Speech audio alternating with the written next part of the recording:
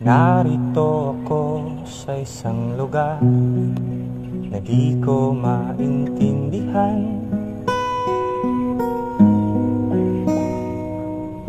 Nakikipagsapalaran sa buhay na ang hantungan ay kawalan.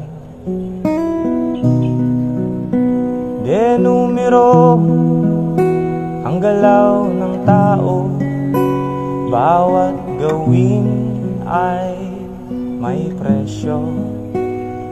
O narito ako sa isang lugar na di ko maintindihan. Daing ng tao'y di pinapansin, nililipad ng hangin.